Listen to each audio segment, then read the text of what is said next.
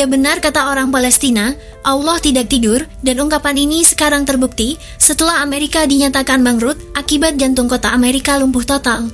Tak cuma itu, Amerika Serikat juga akan menyetop segala bantuan ke sekutunya Israel akibat kebakaran hebat yang melanda. Maka perlu diketahui, setelah kebakaran hebat melanda Los Angeles yang sampai detik ini belum reda, bahkan meluas ke wilayah bagian Amerika Serikat yang lain. Angin kencang dan tornado pun kadang sesekali muncul di wilayah California, Amerika Serikat. Ekonom dari perbankan dunia memperkirakan kebakaran hebat ini akan memberi tekanan besar pada ekonomi Amerika Serikat.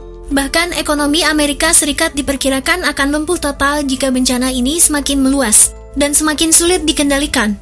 Para ekonom memperkirakan kerusakan properti dan gangguan pasar dunia akibat kebakaran dapat memberikan tekanan ke inflasi, karena memperlambat pertumbuhan dan akan menghambat perekrutan yang cukup besar, tentu untuk mengubah prospek secara mendasar.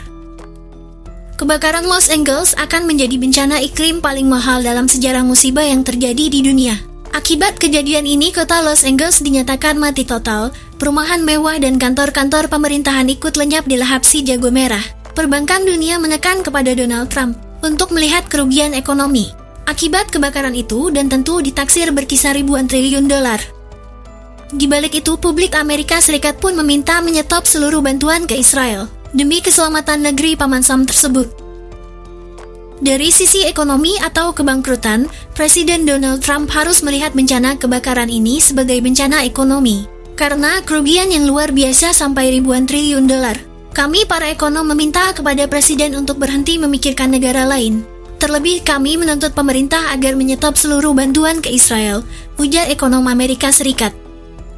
Seperti kita tahu, Amerika Serikat telah memberikan bantuan sebesar 17,9 miliar dolar atau sekitar 280,8 triliun kepada Israel.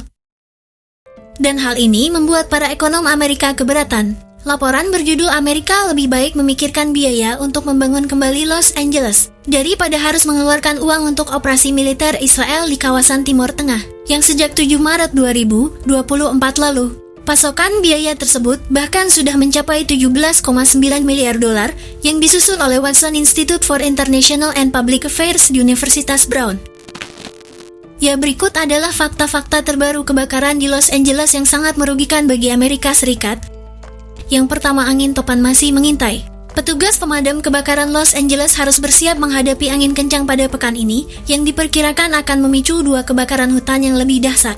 Ya, hembusan angin yang kencang akibat musim kemarau membuat pemadam kebakaran harus berjaga ekstra 24 jam. Angin berkecepatan 45 hingga 70 mil per jam terus berlangsung hingga saat ini.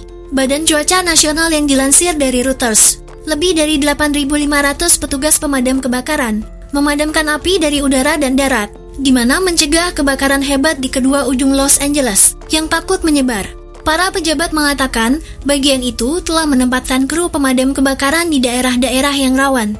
Petugas tidak hanya berada di Los Angeles, tetapi juga di daerah-daerah lain di California Selatan yang berada dalam bahaya kebakaran.